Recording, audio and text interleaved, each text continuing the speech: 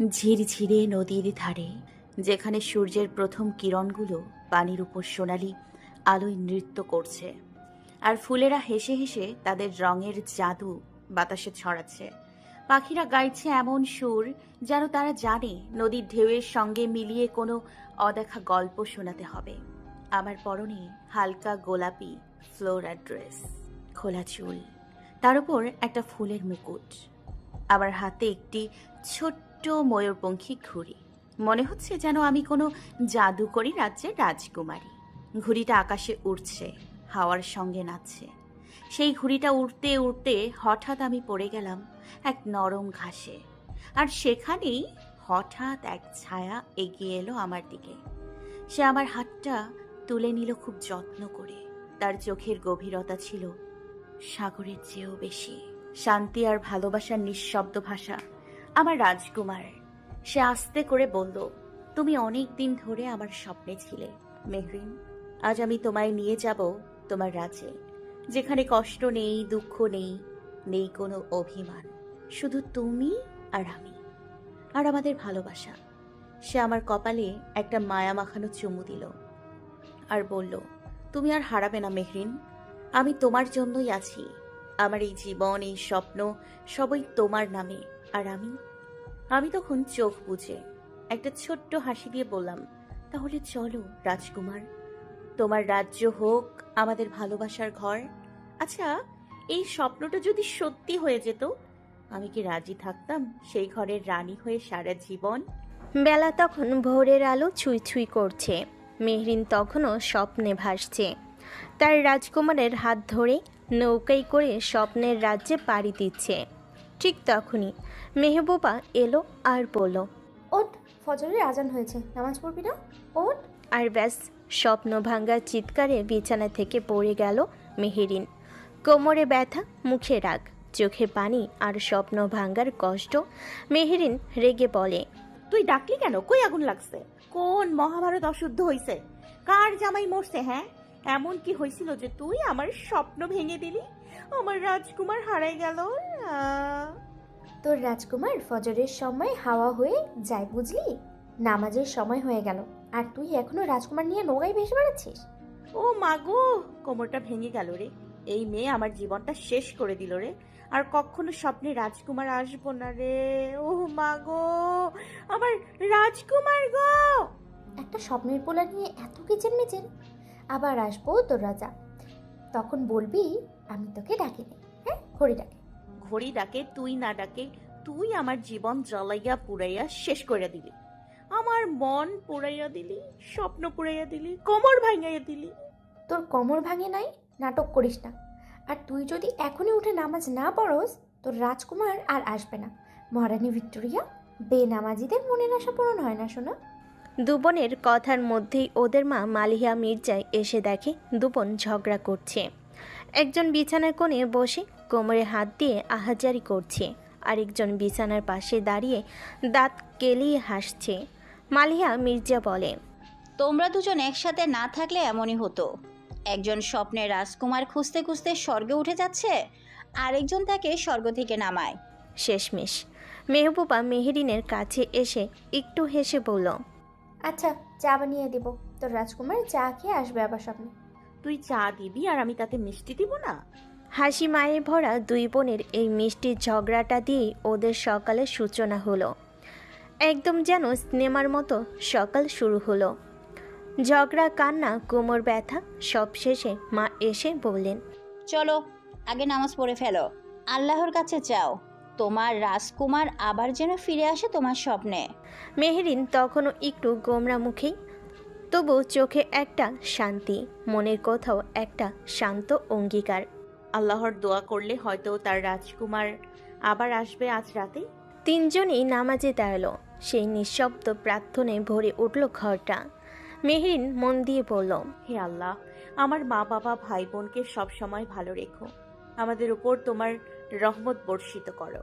আর আমার রাজকুমার যেন সব সময় আমার কাছেই থাকে, স্বপ্নে হোক বা বাস্তবে হোক, সে যেন আমার থেকে কখনো না হারায়। নামাজ শেষে সবাই নিচে নেমে আসে। রান্নাঘরে যেতে যেতে মালিহা মির্জা বললেন, আজকে তোমাদের প্রিয় আলু পরোটা আর মুরগির ঝোল বানাচ্ছি। রাজকুমার না হোক, রাজকীয় নাস্তা তো হবেই। মেহবুবা দৌড়ে মায়ের পিছু পিছু রান্নাঘরে গিয়ে বলে, মা, আমি তোমাকে হাতে হাতে সাহায্য করে দিচ্ছি। মা আমি চা বানাবো, কিন্তু চিনি কম দিব মেহবুবার কাপটায়। সবাই হেসে উঠল। ব্রেকফাস্ট টেবিলে বসে মালিয়া মির্জা, ওদের বাবা ফিরোজ মির্জা, মেহরিন, মেহবুবা আর ছোট ভাই মাহির সবাই মিলে নাস্তা করে নিল। খাওয়া শেষে সবাই চায়ের আড্ডায় বসলো। এক চুমুকে চা খেতে খেতে হাসছে, ঠাট্টা করছে। মেহবুবা হঠাৎ বলল, আজ রাতের ঘুমে তোর রাজকুমার আবার আসবে কিনা জানি না, তবে যদি আসে তারে বলিস আমার যেন না বলে। আচ্ছা তাকে না হয় আমি বলবো, তুই যেন ডাকিস না আবার। ওদের খেয়াল ছিল না যে খাবার টেবিলে শুধু ওরা নয়, বাবা আর ওদের বিচ্ছু ভাইটাও আছে। ফিরোজ মির্জা মেয়েদের দুষ্টামি দেখে মৃদু হাসলেন। চায়ের গ্রানে মিষ্টি হাসির ভেতর হঠাৎই চুপচাপ পরিবেশটা কেঁপে উঠল এক গলায়। বড় আপু, ছোট আপু, তোরা কার কথা বলছিস? এটা হচ্ছে ওদের দ্য গ্রেট ছোট ভাই মাহির, ওরফে মাহির মির্জা। একটা শয়তান, কিন্তু বোনেদের খুব ভালোবাসে। দুই বোনের কলিজার টুকরা মাহির। ওর চুলগুলো এলোমেলো, চোখে ঘুমের রেশ ঝাপসা, কিন্তু মুখে সেই দুষ্টু হাসি যেটা দেখলেই বোঝা যায় কিছু একটা নাড়া দিতে এসেছে। মেহবুবা হেসে বলল, তুই আবার উঠলি কখন রে? আমি শুনলাম তোরা রাজকুমার, স্বপ্ন এসব নিয়ে কথা বলছিস। আমাকে বলতো এই রাজকুমারটা আবার কোথাকার? তুই রাজকুমার বুঝবি কই, তোর রাজ্য তো মোবাইল গেমেই শেষ। আমি রাজকুমারের খবর জানি না তো কি হয়েছে? তোরা কি তাই বলে আমাকে স্বপ্ন থেকে বাদ দিয়ে দিলি? তুই তো আমাদের রাজপুত্র, তুই থাকলেই আমাদের রাজ্যে হাসি খুশিতে ভরে ওঠে রে পাগল। তাহলে আমার জন্য একটা স্বপ্ন বোন, যেখানে আমি নায়ক আর তোরা আমার রাজ্যের দুই রানী। স্বপ্নের নাম ভাইয়ের রাজ্যে দুই বোন রানী। তিনজনই হেসে কুটিকুটি। আর মা দূর থেকে বলেন, তোমরা এখন তাড়াতাড়ি খাবার শেষ করো, স্বপ্ন পরেও দেখা যাবে, নইলে এই রাজ্যে রান্না ঠান্ডা হয়ে যাবে। হাসি ঠাট্টা আর একরাশ ভালোবাসায় ভরে উঠল সেই সকালটা। নাস্তা শেষে সবাই ব্যস্ত হয়ে পড়ে যার যার রুটিনে। বাবা অফিসে জামা পরে এসে ঘড়ি দেখলেন। এই যে দেরি হয়ে যাচ্ছে, আমায় আর কেউ বিদায়ও জানাই না আজকাল। আচ্ছা বাবা ঠিক আছে, তো সবাই এসো, আমরা তিনজন একসাথে বলি বাই। বাবা ভালো করে যাইয়েন, তাড়াতাড়ি ফিরবেন। আচ্ছা, তাড়াতাড়ি ফিরবো। আজকে সবাই খুব মিষ্টি লাগছে। আর তারপরেই শুরু হয় দৌড়ঝাঁপের প্রস্তুতি। মেহরিন ইউনিভার্সিটির ব্যাগ কাঁধে ঝুলিয়ে চুল গুছায়। মালিয়া মির্জা বলে, ভুলে যাস না, তোদের দুপুরের খাবার আমি রেঁধে রাখবো। রাজকুমার আসলে খাওয়াই নেমে যাব, না হলে আবার আমি খাই না। মেহবুবা হাসে। মাহির আবারও বলে ওঠে, তুই রাজকুমার খুঁজ, আমি বরং তার নাম্বার খুঁজি। সবাই শেষ মুহূর্তে দরজার সামনে দাঁড়িয়ে মায়ের গলায় একটা শান্ত কথা, আল্লাহ হাফেজ বাচ্চারা, সাবধানে যেও। আর এভাবেই একটা রঙিন সকাল এক একজনের গন্তব্যে রওনা দেয়। মেহরিন ইউনিভার্সিটি, মেহবুবা কলেজে, আর মাহির স্কুলে। বলতো, ভার্সিটি যাওয়ার পথে মেহরিন কি আবার তার স্বপ্নের রাজকুমারের কথা ভাববে? হঠাৎ মেহরিনের ফোনটা বেজে উঠল। স্ক্রিনে নামটা জলজল করছে। চুমকি কলিং। মেহরিন হালকা হেসে ফোনটা রিসিভ করতে ওপাশ থেকে চেনা এক উৎসাহ ভরা কণ্ঠে, কই তুই? আমি তো প্রায় পৌঁছেই যাচ্ছি ভার্সিটির কাছাকাছি, তুই আসলি না কেন এখনো? আসছি রে, আমি বাসে। আজকে একটা দারুণ স্বপ্ন দেখে ঘুম থেকে উঠলাম জানিস, আমার রাজকুমার এসেছিল। স্বপ্নের কথা পরে বলিস, আগে আয়। ক্লাসে বসলি আগে তোর রাজকুমারের গল্প শুনবো। ঠিক আছে, ক্লাসে মুখোমুখি হলে বলবো, তবে দোষ কিন্তু মেহবুবার, স্বপ্নটা ভাঙাই দিল ও। তোদের দুই বোনের কাহিনী শুনেই আমার দিন শুরু হয়। চল আয়, গেটে দাঁড়িয়ে থাকবো, আমি একসাথেই ঢুকবো। আচ্ছা অপেক্ষা কর, তবে আরেকটা কথা, আজকে আমার মন খুব ভালো রে জানিস। তাই নাকি? তাহলে আজকে একটা ক্লাস মিস করা যাবে না। মন ভালো মানেই নতুন গল্প। বাস থামে। মেহরিন নেমে পড়ে, চোখে মুখে একটা আলাদা ঝিলিক। চুমকি আর মেহরিন অনার্স প্রথম বর্ষের শিক্ষার্থী, সাবজেক্ট ইকোনমিক্স। তাদের বন্ধুত্ব শুরু স্কুল জীবন থেকে। স্কুলের বেঞ্চে একসাথে বসা, কলেজের করিডোরে একসাথে হাঁটা, সব ধাপে ধাপে যেন এক সুরে বাঁধা ওদের গল্প। ভাগ্য যেন ওদের আলাদা করতেই চায় না। স্কুল কলেজ পেরিয়ে এবার ইউনিভার্সিটিতেও তারা একসাথে। যার সাথে প্রতিটা স্মৃতি যেন রঙিন হয়ে ওঠে। তাদের বন্ধুত্বটা আজ এত গভীর হলো শুরুটা ছিল একেবারে উল্টো, ঝগড়া দিয়ে। স্কুলে প্রথম দিনই ছোট্ট একটা ভুল বোঝাবুঝি থেকে শুরু হয়েছিল তুমুল ঝামেলা। মেহরিনের জল রঙে আঁকা ছবি না বলে নিয়ে নিয়েছিল চুমকি, আর মেহরিন রাগে কেঁদে ফেলেছিল ক্লাসে। কিন্তু সেই ঝগড়ায় যেন ধীরে ধীরে জমে উঠল এক মজার বন্ধুত্বে। একটা চকলেট, একটা হাসি আর অনেকগুলো সরি মিলিয়ে গড়ে উঠল এমন একটা সম্পর্ক যেটা স্কুল পেরিয়ে কলেজ আর এখন ইউনিভার্সিটিতেও রয়ে গেছে অটুট। ভাগ্যের আশ্চর্য খেলাই তারা আজও একসাথে। নতুন ক্যাম্পাস, নতুন স্বপ্ন, কিন্তু পাশে সেই পুরনো প্রিয় বন্ধু। চুমকি আর মেহরিন গল্প করতে করতে ইউনিভার্সিটির মূল গেট দিয়ে ঢুকছে। নতুন ক্যাম্পাস, নতুন রং, চারপাশে হাজারো মুখ, তাদের চোখে মুখে কৌতূহল, বুকের গভীরে একটুখানি ভয়ও লুকিয়ে। এই জায়গায় প্রতিদিন আসবো ভাবতেই কেমন জানি লাগছে না? হ্যাঁ রে, তুই থাকলে পাশে আমি দিব্যি চালিয়ে নেব সব। কথা বলতে বলতে গেট পেরিয়ে ওরা একটু ভেতরে এগোয়। ঠিক তখনই পেছন থেকে ভেসে আসে একটা কণ্ঠ। এই শোনো, তোমরা দুইজন দাঁড়াও তো। ডাকটা আচমকা, তীক্ষ্ণ, দুজনেই একসাথে থমকে দাঁড়ে। চুমকি এক দৃষ্টিতে মেহরিনের দিকে তাকায়। মেহরিনও গিলে ফেলে কথার বাকিটুকু। সিনিয়র, এই শব্দটা যেন মাথায় বাজ পড়ে। ওরা ধীরে ধীরে ঘুরে দাঁড়ায়, যেন দাঁড়িয়ে 4-5 জন সিনিয়র। ওদের চোখে মুখে অদ্ভুত রকমের কঠোরতা আর কৌতূহল মিশ্রিত অভিব্যক্তি। একজন বলল, নতুন লাগছো? নাম কি? কোন ডিপার্টমেন্ট? ইকোনমিক্স। ইকোনমিক্সের? তাহলে তো র্যাগিং ছাড়া ছাড় নেই।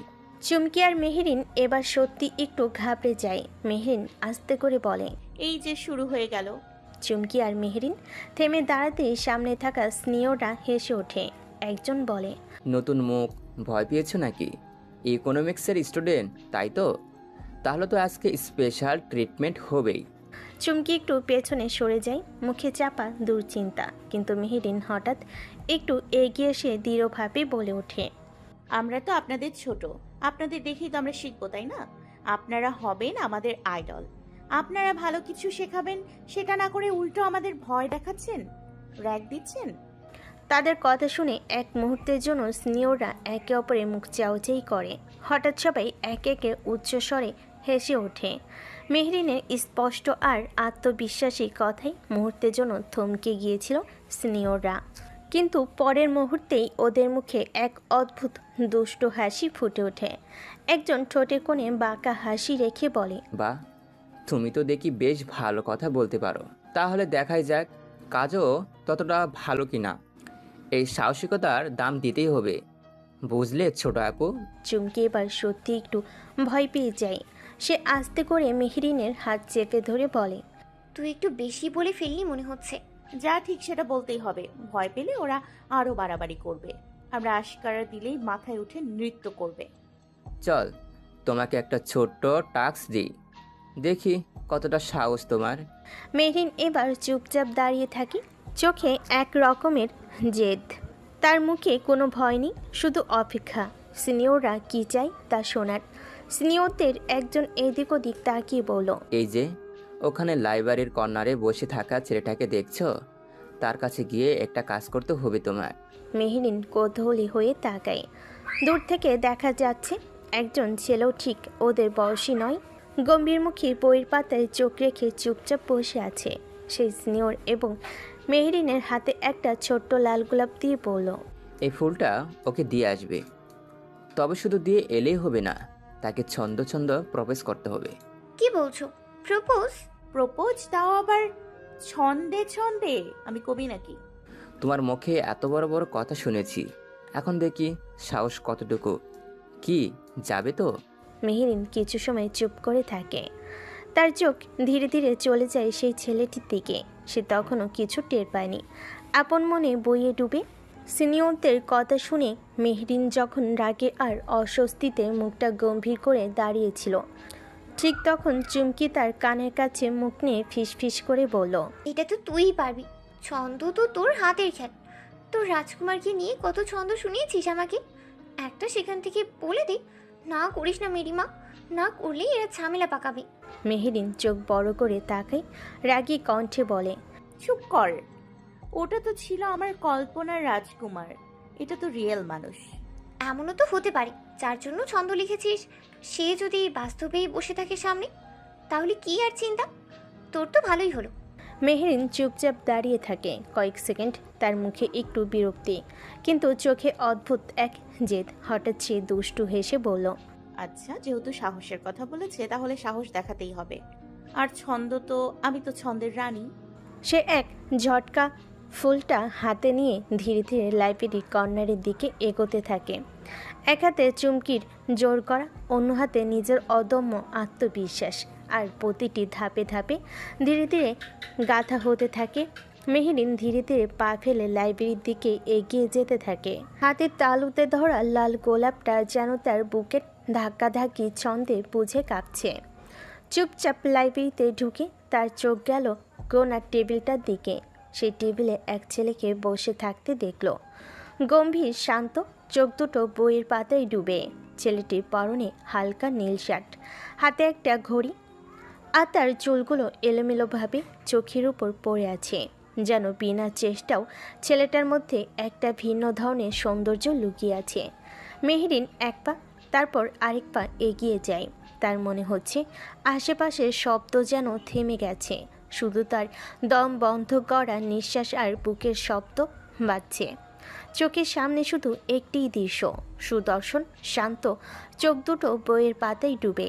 একটু পরপর এদিক সেদিক যাচ্ছে, যেন বইয়ের জগতের অস্বস্তি নেই। তার বুক ধকধক করছে। মেহেরিন যেন কোনো অজানাই তলিয়ে গেল আনমনে পা বাড়ায়, একটা, দুটো, তারপর একটু থামে। আরও কাছে গিয়ে দাঁড়াতেই ছেলেটি মাথা তুলে তাকায়। চোখে চোখ পড়তেই মেহেরিন থমকে যায়। তার মুখে অজান্তেই একরাশ কোমলতা, চোখে বিস্ময়, আর ঠোঁটে ধরা পড়ে এক ঝাপসা হাসি। ঠিক সেই মুহূর্তেই কোনো কিছু না ভেবে আনমনে এসে বলে ফেলে ছন্দটা, তুমি কি সেই রাজকুমার, স্বপ্নে যে আসে, চোখে তাকালেই মনটা হঠাৎ কেঁপে যায় পাশে? এই গল্পটা রাখো, মনে রেখো নাম মেহরিন, যার গল্পে তুমিই ছিলে প্রণামের মূল নাম। ছেলেটি চুপচাপ তাকিয়ে থাকে তার দিকে, তার চোখে যেন বিস্ময়ের এক সমুদ্র, কিন্তু মুখে একটু বিরক্তি নেই, বরং ঠোঁটের কোণে এক টুকরো প্রশ্রয়ের হাসি। ঠিক তখনই পেছন থেকে স্নেহদের খিলখিল হাসির শব্দ আসে। উহ, ভাই রে ভাই, ছন্দ শুনে আমরাই তো প্রেমে পড়ে গেলাম। আর চুমকি মুখ চেপে হাসি সামলাতে সামলাতে বলে, তোর এই রাজপুত্র কিন্তু ভয়াবহ সুদর্শন রে। মেহরিন পেছনে ফিরে চুমকির দিকে তাকিয়ে একটু চোখ বড় করে তাকায়, আর তারপর মেহরিন হঠাৎই হুঁশ ফিরে পায়। কথা বলা, চোখে চোখ রাখা, সবটাই যেন হয়ে গেছে নিজের অজান্তেই। মনের এক কোণেই ঝড় উঠল। আমি এটা করলাম কিভাবে? উনি তো আমার সিনিয়র, যদি রেগে যায়। এতক্ষণে চুমকি এসে দাঁড়ায় মেহরিনের পাশে। মুহূর্তে বুক ধকধক করতে লাগলো মেহরিনের। চোখ বড় বড় করে চুমকির দিকে তাকিয়ে বলে, চুমকি রে, আমি এটা কি করলাম রে? যদি উনি আমাকে কিছু বলে? তোকে কেউ কিছু বলবে না, কিন্তু যদি থাপ্পড় মারে তখন আমি ভিডিও করে রাখবো, এটা শিওর।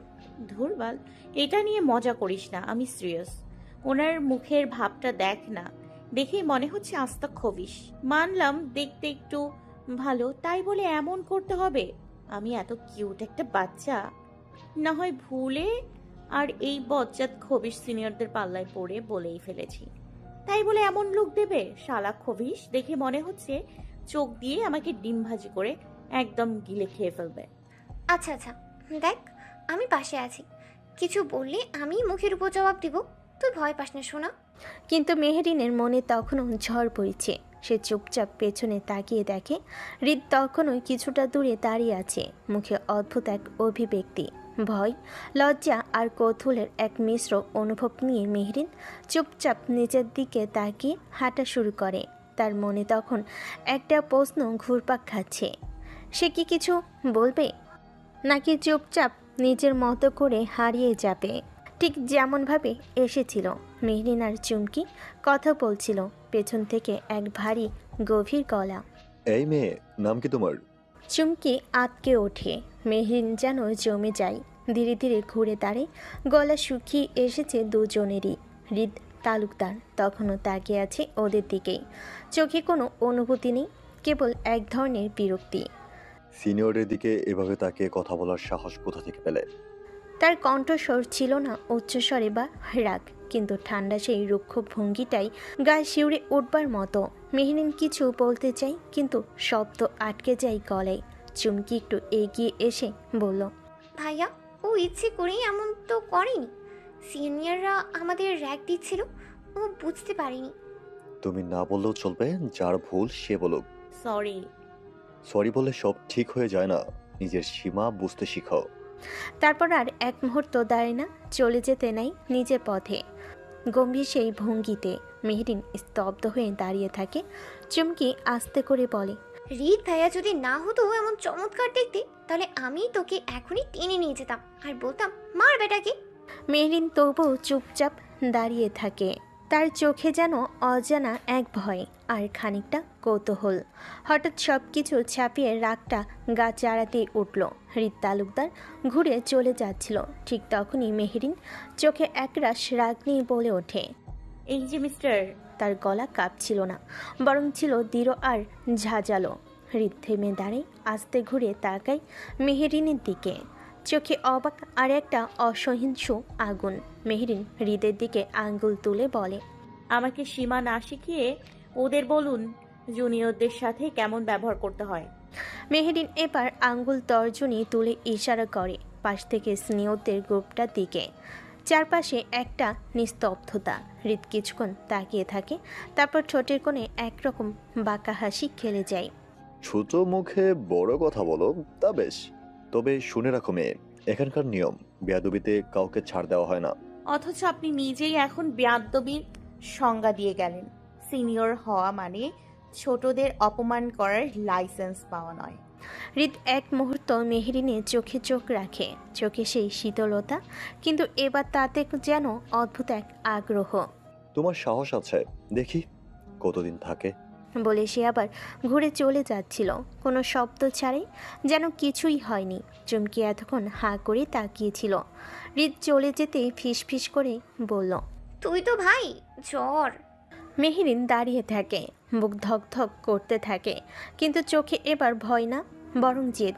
এখন হৃদ কি সত্যি বিরক্ত হয়ে গেল, নাকি মেয়েটার সেই জেদের চাহনি কিছু একটা ছুঁয়ে গেল ওর ভিতরেও? হৃদ তালুকদার চলে যাচ্ছিল, কিন্তু পেছন থেকে মেহরিনের কণ্ঠে থেমে গেল তার পা। আমি সাহস দেখিয়েছি কারণ আমি ভুল করিনি।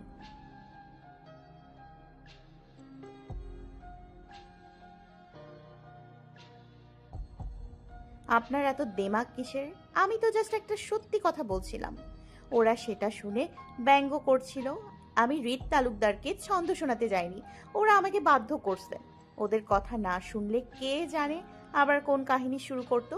আমি ঝামেলা চাই না, তাই ওদের কথা মেনে নিয়েছি। ওগুলো সব আমার রাজকুমারের জন্য ছিল, বুঝলেন? আপনাদের মতো গম্ভীর আবেগের বাইরে থাকা মানুষদের জন্য নয়। হৃদ থমকে যায়, এমন প্রতি উত্তরের অভ্যাস নেই তার। চারপাশে নিস্তব্ধতা, যেন সবাই নিঃশ্বাস বন্ধ করে আছে। তার ঠোঁটে আবার সেই অদ্ভুত এক মুচকি হাসি। তাহলে সেই তোমার রাজকুমারকে বলে দিও, এই পৃথিবীটা ছন্দে আর আবেগে চলে না, বাস্তবতার সাথে চলে। বলে সে ফিরে যায়।